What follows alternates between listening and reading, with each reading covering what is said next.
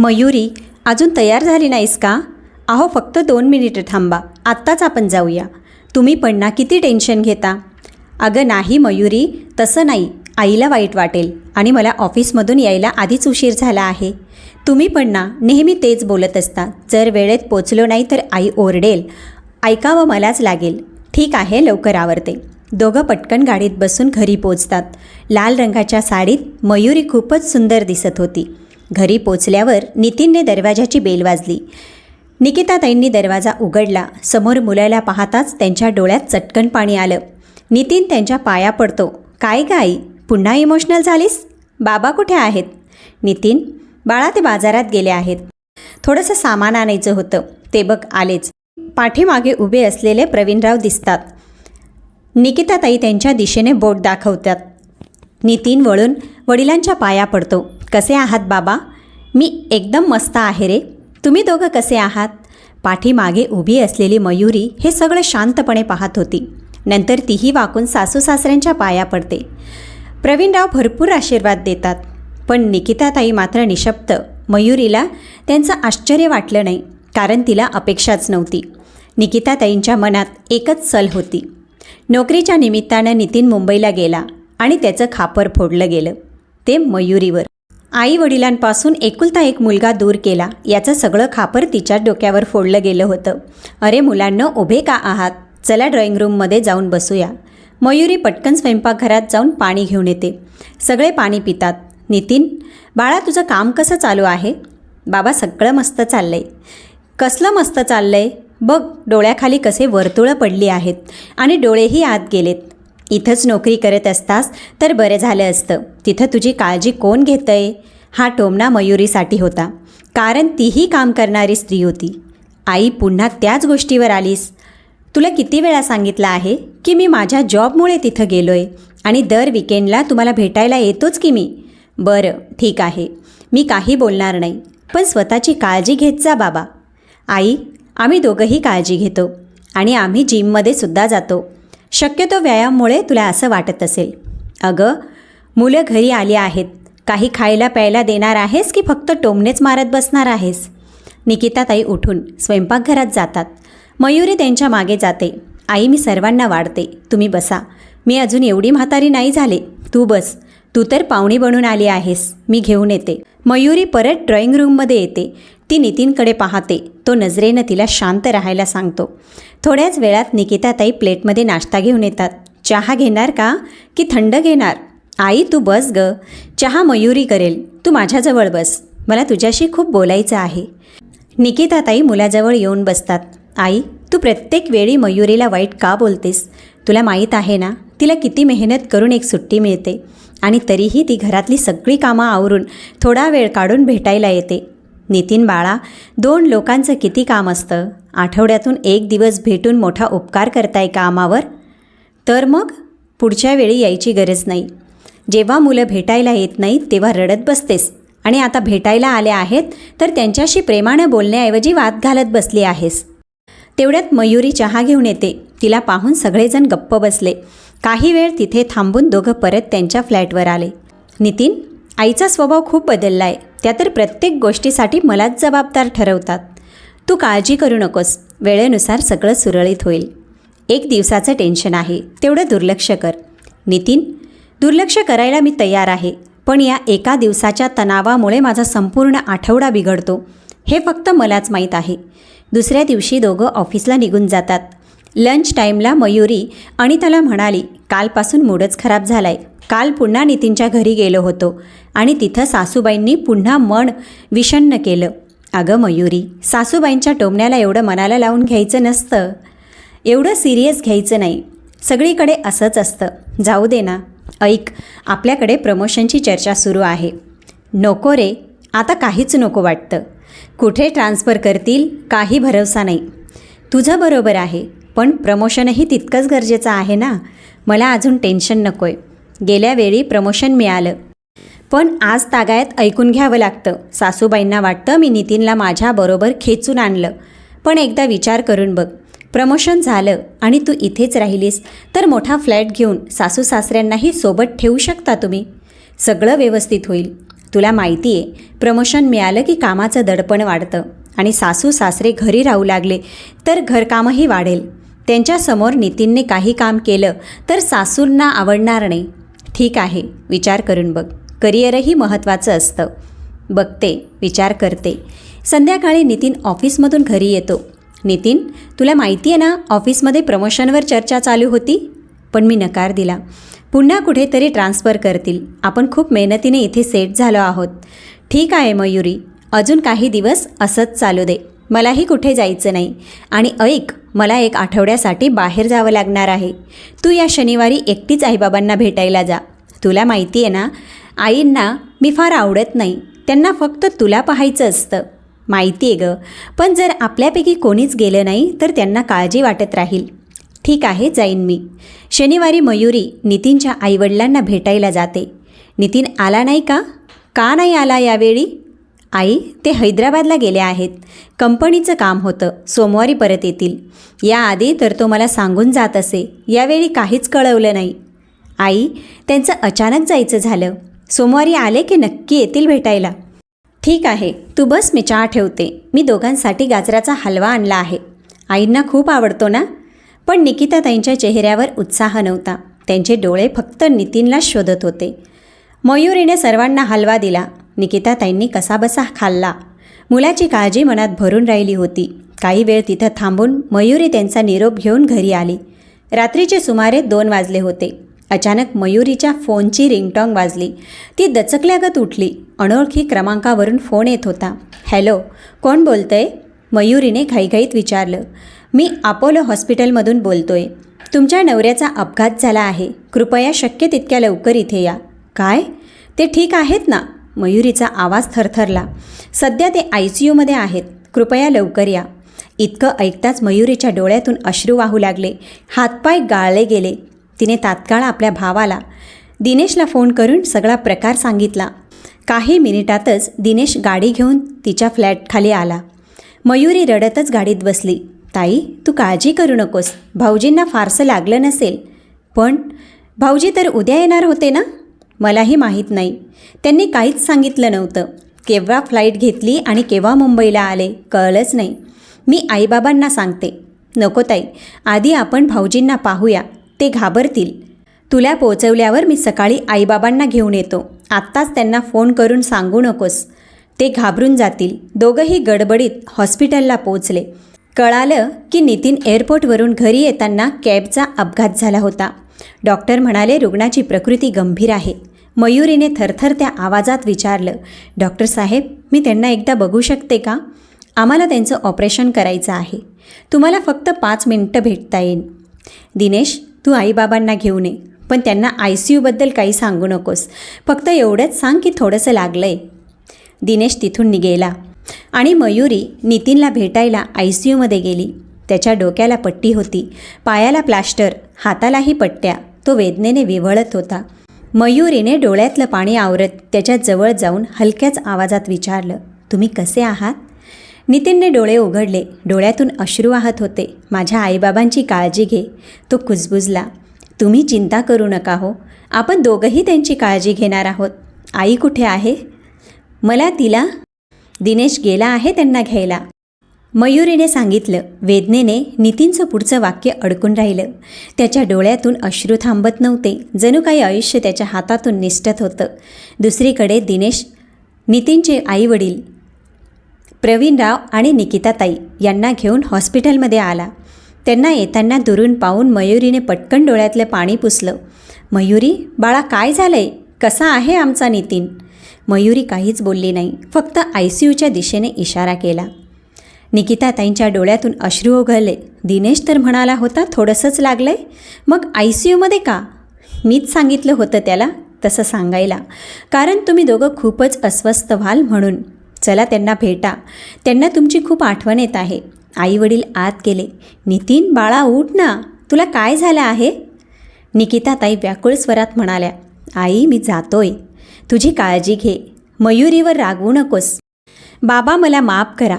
नितीन जास्त बोलू शकत नव्हता. त्याचा आवाज थरथरत होता, पण त्या थरथरत्या शब्दात एक अनामिक निरोप लपला होता. प्रवीणराव त्याला धीर देत म्हणाले, नितीन, बाळा तू हिंमत हरू नकोस. तू लवकर बरा होशील. आम्ही तुला कुठेही जाऊ देणार नाही. तुझ्या आईला कोणाच्या भरोशावर सोडून जात आहेस तू. तुला लवकर ठणठणीत व्हायचं आहे. माझी काळजी कोण घेणार रे? नितीनला खूप काही बोलायचं होतं, पण तो बोलू शकत नव्हता. त्याच्या डोळ्यातून टपकणारे अश्रू ओघळत होते. तेवढ्यात डॉक्टर आले आणि म्हणाले, हे बघा, तुम्ही त्यांना जास्त बोलायला लावू नका. त्यांची अवस्था अत्यंत नाजूक आहे. त्यांना अजिबात मानसिक तणाव झेपणार नाही. प्रवीणराव आणि निकिताताई दोघंही रडत बाहेर आले. त्यांना पाहून मयुरीच्या संयमाचा बांध तुटला. ती निकिताताईंच्या गळ्यात पडून मोठमोठ्याने रडू लागली. गप्प बस ग, रडू नकोस. जे व्हायचं होतं ते झालंच आहे. स्वतःला सावर. तेवढ्यात दिनेश म्हणाला, ताई, मी आईबाबांना फोन केला होता, ते दोघंही येत असतील. प्रवीणरावांनी मयुरीच्या डोक्यावरून हात फिरवत म्हटलं, मयुरी, बाळा तू घाबरू नकोस. देवावर विश्वास ठेव. देव सगळं नीट करेल. सगळेजण ICUच्या बाहेर बाकड्यांवर बसले होते. काही वेळातच मयुरीचे आईबाबाही आले. मयुरीचे वडील डॉक्टर दीपक डॉक्टरांशी बोलू लागले. मयुरीची आई निशाताई निकिताताईंच्या शेजारी बसून त्यांना धीर देत होत्या. काही वेळाने दीपकराव बाहेर आले आणि म्हणाले, व्याही, तुम्ही निकिताताईंना घेऊन घरी जा. आम्ही इथे आहोत. मग ते दिनेशला म्हणाले, दिनेश, तू या दोघांना घेऊन घरी जा. तेवढ्यात निकिताताई ठामपणे म्हणाल्या, मी माझ्या मुलाला सोडून कुठेच जाणार नाही. एक चूक केली आहे, पण आता नाही. मयुरीच्या वडिलांनी दिनेशला बाजूला नेऊन काहीतरी सांगितलं. मग प्रवीणरावांकडे वळून म्हणाले, हे बघा व्याही, माझं ऐका. इथे थांबून काही उपयोग नाही. मी तर म्हणतो मयुरीला सुद्धा तुमच्याबरोबर घेऊन जा. दिनेश म्हणाला, ताई चल ना. बाबा खरंच बरोबर सांगत आहेत. आपण घरी जाऊया. मयुरीच्या वडिलांनी दबाव टाकून तिघांनाही दिनेशसोबत घरी पाठवलं. निशाताई थरथरत म्हणाल्या, तुम्ही त्यांना घरी का पाठवलं? दीपकराव म्हणाले, निशा, आता काहीच उपयोग नाही. नितीन आपल्याला सोडून गेला आहे. हे ऐकून निशाताई जोरजोरात रडू लागल्या. दीपकराव म्हणाले, म्हणूनच मी त्यांना पाठवलं. दिनेश घरी गेल्यावर त्यांना सगळं सांगेल. इथंच त्यांना समजलं असतं तर त्यांचं घरी पोचणंही अवघड झालं असतं. आता दिनेश आल्यानंतर तू त्यांच्यासोबत घरी जा. निशाताई रडत म्हणाल्या, आता काय होणार आपल्या मुलीचं? तिचं आयुष्य कसं निघणार? दीपकरावांच्या डोळ्यातही अश्रू आले. ते काहीच न बोलता रिसेप्शनवर जाऊन बिल भरू लागले. दिनेशने पहिल्यांदाच नातेवाईकांना फोन केले. जेव्हा तो सर्वांना घेऊन घरी पोचला, तिथं आधीच गर्दी जमलेली होती. एवढ्या रात्री हे सगळे का जमले? मयुरी दिनेशला विचारू लागला, काय झालं दिनेश? खरं खरं सांग. गर्दीकडे पाहून मयुरी अस्वस्थ झाली. दिनेश शांतपणे म्हणाला, ताई, सगळं संपलं आहे ग. मयुरी त्याच्याकडे विस्फारून पाहत म्हणाली, काय? काही वेळापूर्वीच मी नितीनला बोलले होते. तू हे काय मूर्खासारखं बोलतो आहेस? मला परत हॉस्पिटलला घेऊन चल. दिनेश शांतपणे म्हणाला, ताई, बाबा भाऊजींना घेऊन येतच असतील. दिनेशचं बोलणं ऐकून मयुरीचं स्वतःवरचा ताबा सुटला. ती बेशुद्ध पडली. तिच्या सासू सासऱ्यांना पहिल्यांदा या प्रसंगाची कल्पना नव्हती आणि ते आत गेले. तेवढ्यात आलेल्या पाहुण्यांमधल्या एका महिलेने मयुरीला सांभाळलं. तिच्या तोंडावर पाण्याचे शिंतोडे टाकले. थोड्याच वेळात ती शुद्धीवर आली आणि रडू लागली. तिला आधार देऊन आत घेऊन गेली. आत जाताच ती निकिताताईंना पकडून त्यांच्या गळ्यात पडून रडू लागली. माझा मुलगा कायमचा माझ्याकडून हिसकावून घेतला. आता तू स्वतंत्र झाली आहेस. तुला जे करायचं आहे ते कर, असं म्हणून निकिताताईंनी मयुरीला धक्का दिला. मयुरीच्या आई निशाताईंनी हे सगळं पाहिलं आणि मयुरीला आधार दिला. काही वेळातच बाहेर धावपळ सुरू झाली. नितीनचं मृत शरीर घरात आणलं जात होतं. निकिताताई मुलाच्या छातीवर डोकं ठेवून एकसारखं रडत होत्या आणि मयुरी पुन्हा पुन्हा नितीनला ठेवण्याचा प्रयत्न करत होती. घरातलं वातावरण गंभीर झालं. दीपकरावांनी पटकन अंतिम संस्काराची तयारी केली आणि इतर नातेवाईकांच्या मदतीने नितीनची अंतिम यात्रा सुरू केली, जेणेकरून त्याच्या कुटुंबातील लोकांची तब्येत खराब होऊ नये. आणि नितीनला घेऊन निघून गेले. मयुरीला काही बायकांनी आंघोळ घालून बसवलं. मयुरी आपल्या आईच्या गळ्यात पडून रडत होती. अचानक एवढं सगळं घडलं की कोणालाही विचार करण्याची संधीच मिळाली नाही. काही तासातच सर्व लोक अंतिम संस्कार करून परत आले. दीपकराव आणि निशाताईंनी कुटुंबाला सांभाळलं. ते रात्रभर त्यांच्याबरोबर राहून सर्वांना धीर देत होते. आज नितीनला जाऊन 1 आठवडा झाला होता आणि घरात नातेवाईकांचं येणं जाणं सुरूच होतं. ज्याला माहीत होतं तो धावत त्याचं दुःख वाटायला येत होता. नातेवाईकांमध्ये बसलेली मयुरी पहिल्यापेक्षा स्वतःला सावरलेली होती. त्या रात्री संध्याकाळी जेव्हा सर्व नातेवाईक निघून गेले तेव्हा निकिताताईंनी प्रवीणरावांना सांगितलं, ऐकलं का, आपला मुलगा तर आपल्याला सोडून निघून गेला. आता मयुरीला सांगा की 14वं झालं की निघून जायला. मला तिचं तोंडही बघायचं नाही. प्रवीणराव म्हणाले, हे सगळं बोलायला तुला हीच वेळ मिळाली का? आणि या सगळ्यात त्या बिचारीचा काय दोष? नितीन जेव्हा आपल्याबरोबर राहत होता तेव्हा पण तो कामानिमित्त बाहेर जात होता. मला काही माहीत नाही. तुम्हाला तिला इथून घालवावंच लागेल. बाहेर उभे असलेल्या दीपकरावांनी त्यांचं सगळं बोलणं ऐकलं आणि मनाशी एक निर्णय घेतला की मयुरीचं दुसरं लग्न करायचं. नितीनच्या 14व्या दिवशी सर्व विधी पूर्ण झाली. नातेवाईक निघून गेले. तेव्हा दीपकराव म्हणाले, जे होणार होतं ते झालं आहे. आता पुढं काय करायचं यावर आपल्याला चर्चा करायला हवी. जर तुमची इच्छा असेल तर मयुरी तुमच्याबरोबर राहील आणि जर तुम्हाला तिला ठेवून घ्यायचं नसेल तर मी तिला माझ्याबरोबर घेऊन जातो. निकिताताईंनी रागाने उत्तर दिलं, इथे राहण्याचा प्रश्नच नाही. तुम्ही तिला घेऊन जा. आत्तापर्यंत तुम्ही तिच्या दुसऱ्या लग्नाबद्दल विचारही केला असेल आणि हेच योग्य होईल. दीपकराव शांत आवाजात म्हणाले, पण मयुरीला दुसरं लग्न करायचं आहे की नाही याचा निर्णय मी तिच्यावर सोडतो. चल बाळा मयुरी, तो फ्लॅट खाली करून घरी जाऊया. बाबा, तुम्ही विसरत आहात, मी माझ्या घरी आहे आणि तुम्ही माझ्या सासरी, त्यामुळे तुम्हालाच इथून जायला हवं. पण मयुरी बाळा, या लोकांना तुला इथं ठेवून घ्यायचं नाही. तेव्हा निकिताताई म्हणाल्या, तुझे बाबा अगदी बरोबर सांगत आहेत. तू तुझ्या घरी जा मयुरी. ती थेट उत्तरली, आई तुम्ही काहीही बोला, पण मी तुम्हाला एकटं सोडून कुठे जाणार नाही. नितीनने मरताना माझ्याकडून वचन घेतलं होतं की मी तुमची आणि बाबांची काळजी घेईन. मी माझ्या नवऱ्याच्या शेवटच्या इच्छेला कोणत्याही परिस्थितीत पूर्ण करेन. हे ऐकून निकिताताईंच्या डोळ्यातून अश्रू वाहू लागले. त्यांना विश्वासच बसत नव्हता की मयुरी असं बोलू शकते. तेवढ्यात प्रवीणराव म्हणाले, निकिता, मयुरी या घराची सून आहे. ती तिच्या इच्छेने इथून जाऊ शकते, पण तिनं आपल्या मुलाच्या शेवटच्या इच्छेचा सन्मान ठेवला आहे. त्यामुळे मला वाटतं तिनं इथंच राहावं. तेवढ्यात मयुरीचे बाबा म्हणाले, बाळा, तू तुझ्या भविष्याचा विचार कर. आम्हाला वाटतं तू दुसरे लग्न करावं आणि जीवनाची नव्याने सुरुवात करावी. पण बाबा, माझ्या सासू सासऱ्यांच्या भविष्याचं काय? त्यांना कोण सांभाळणार? तुम्हाला माहीत आहे नितीन त्याच्या आईवडिलांवर किती प्रेम करत होता आणि ही जबाबदारी त्यांनी माझ्यावर सोपवली आहे. मयुरीचे बोलणे ऐकून निकिताताई म्हणाल्या, मयुरी, मी नेहमीच तुला चुकीचं समजत होते, पण आज तू माझे डोळे उघडलेस. मी खरं सांगते, तू तुझ्या आईवडिलांच्या घरी जा. तुझा स्वतःचा नव्याने संसार सुरू कर. आमची काळजी सोडून दे. आणि तसंही आता आम्हा दोघांचे फारसे दिवस राहिले नाहीत. आमच्यासाठी फक्त नितीनच्या आठवणी पुरेशा आहेत. आई, मी तुम्हा दोघांना सोडून कुठेही जाणार नाही. तुमची काळजी घेणं ही माझी जबाबदारी आहे. जर तुम्हाला हवं असेल तर तुम्ही मला घरातून हाकलून द्या, तरीही मी घराबाहेर पडून तुमची काळजी घेईन. तेव्हा दीपकराव म्हणाले, ठीक आहे मयुरी, जसा तुझा निर्णय, पण उद्या असं होऊ नये की तुलाच तुझ्या निर्णयावर पश्चाताप वाटेल आणि जर तसं कधी वाटलं तर तुझ्या बाबांच्या घरी निघू नये. असं म्हणून दीपकराव निशाताईंना घेऊन आपल्या घरी निघून गेले. दिनेश, उद्या त्या फ्लॅटमधलं सगळं सामान इथे घेऊन ये. आई, तुम्हाला काय खायचं आहे ते सांगा. मी स्वयंपाकघरात जात आहे. निकिताताईंच्या डोळ्यातून टपटप अश्रू वाहू लागले. ज्या सुनेचा त्यांनी कायम तिरस्कार केला, तीच सून आज मुलीप्रमाणे त्यांच्यासाठी उभी राहिली होती. दुसऱ्या दिवशी मयुरी लवकर उठली. सर्वांसाठी स्वयंपाक केला. चहा घेऊन सासू सासऱ्यांच्या खोलीत गेली. अगं मयुरी, मी तर येतच होते चहा बनवायला. नाही आई, आता घरातलं सगळं काम मीच करणार. काही दिवसांची गोष्ट आहे. सध्या मी ऑफिसला जाते, पण लवकरच इथेच जवळ नोकरी शोधेन. तेवढ्यात प्रवीणराव म्हणाले, मयुरी, मी विचार करत होतो, घरात मन लागत नाही, काहीतरी काम करावं का? नाही बाबा, या वयात तुम्ही काम का करणार? मी आहे ना. तुम्ही फक्त आईंची काळजी घ्या. काही दिवसात सगळं सुरळीत होईल. आणि मयुरी ऑफिससाठी निघून गेली. ऑफिसला गेल्यानंतर मयुरीने पटापट आपलं काम पूर्ण करायला सुरुवात केली. रिकामा वेळ मिळताच तिने नव्या नोकरीसाठी अर्ज पाठवायला सुरुवात केली. लंच टाईममध्ये तिच्या आजूबाजूचे सहकारी तिच्या जवळ येऊन बसले. तुम्ही सगळे माझं दुःख वाटून घेण्यासाठी आलात ना?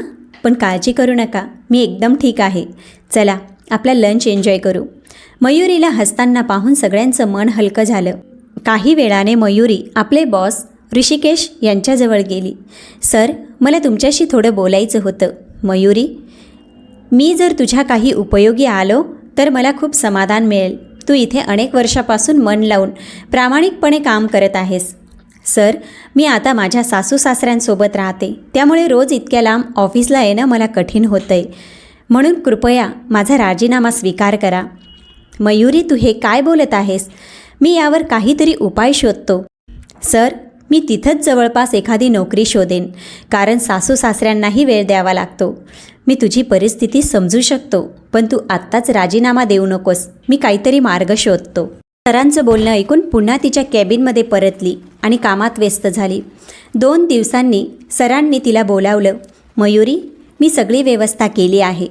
तू आता घरून वर्क फ्रॉम होमच्या संकल्पनेवर काम करू शकतेस.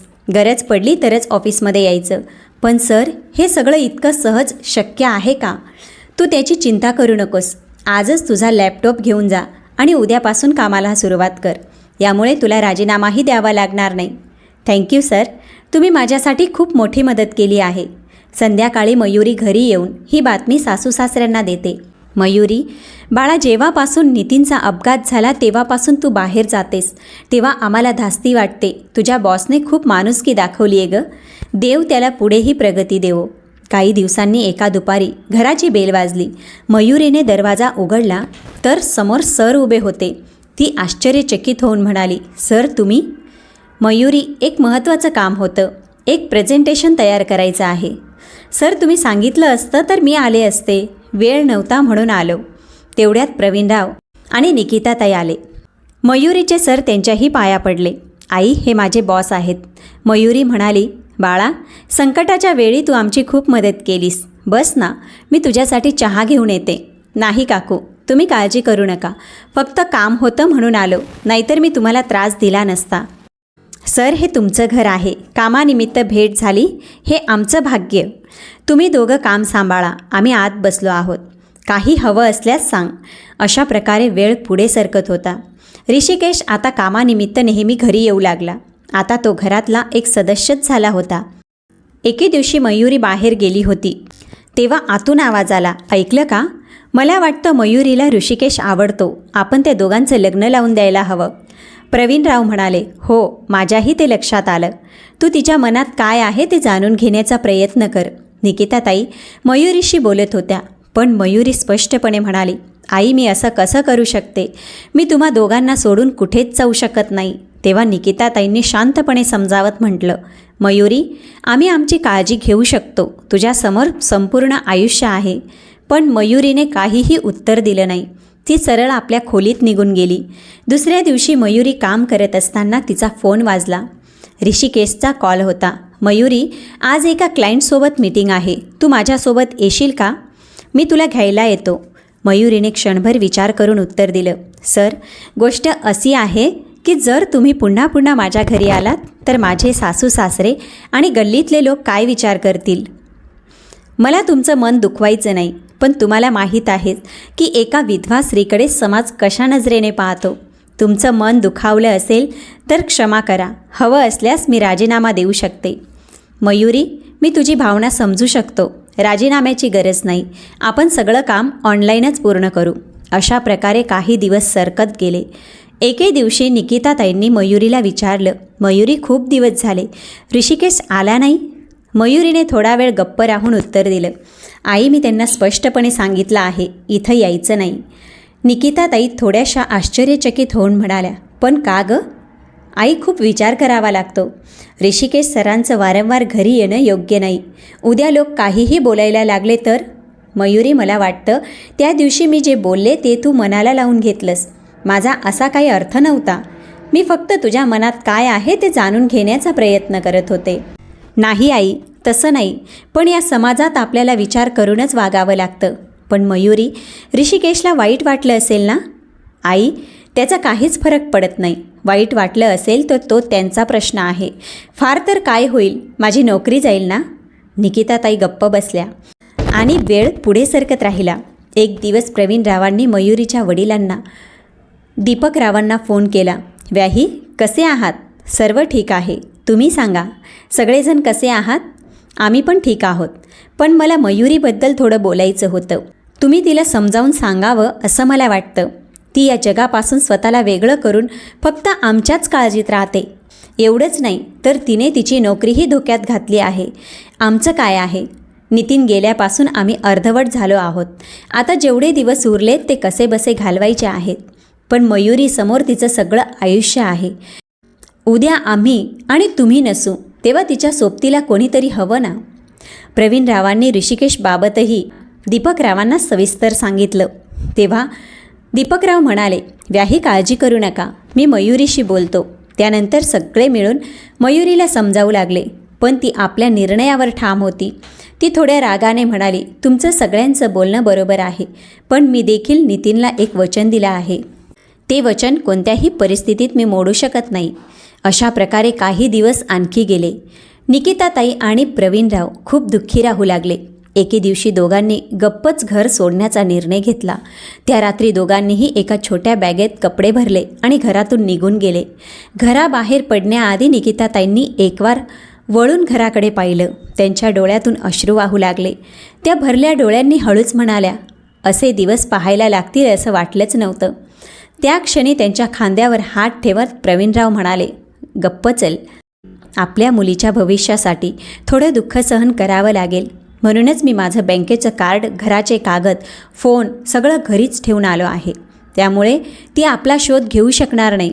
दोघांनी रात्रीची ट्रेन पकडली आणि एका अनोळखी शहरातील वृद्धाश्रमात दाखल झाले. दुसऱ्या दिवशी सकाळी मयुरी आपल्या सासू सासऱ्यांना चहा द्यायला गेली. तिला तिथे एक पत्र सापडलं. मयुरी बाळा, आम्हाला माफ कर, आम्ही हे घर सोडून जात आहोत. आम्हाला शोधण्याचा प्रयत्न करू नकोस. तू तुझ्या आयुष्यात पुढे जा. आता तुझ्यावर कोणतंही ओझं नाही. आमचे आशीर्वाद नेहमी तुझ्यासोबत असतील. पत्र वाचून मयुरीच्या पायाखालची जमीनच सरकली. ती निशब्द होऊन धपकन खाली बसली. तिच्या डोळ्यातून अश्रुधारा वाहू लागल्या. ती हुंदक्यांनी म्हणाली, हे तुम्ही काय केलंत बाबा? नितीनसारखंच तुम्हीही माझ्याशी तोंड फिरवलं. आता तर माझ्या जगण्याला काही अर्थच उरला नाही. मयुरी खूप वेळ रडत बसली. थोड्या वेळाने दीपकराव तिथं आले. बाबा, तुम्हाला सगळं माहीत होतं ना की ते दोघं जाणार आहेत? तुम्ही मला सांगू तरी शकला असता. मी त्यांना थांबवलं असतं. नाही ग मयुरी, बाळा, मला खरंच काहीच माहीत नव्हतं. आत्ताच काही तासांपूर्वी प्रवीणरावांचा फोन आला होता. ते म्हणाले, मी स्टेशनवरच्या फोनवरून बोलतोय. त्यांनी तुला सांभाळण्यासाठी मला पाठवलं आहे. मयुरी आयुष्याच्या अशा एका वळणावर उभी होती जिथून एक वाट तिला नव्या आयुष्याकडे घेऊन जात होती आणि दुसरी वाट सासू सासऱ्यांचा शोध घ्यायला लावणार होती. ती या द्वंद्वात अडकली होती. काय करावं, कुठं जावं? आता मयुरीचे वडील तिला माहेरी घेऊन गेले आणि मयुरीसुद्धा आता त्यांच्याच सोबत राहू लागली.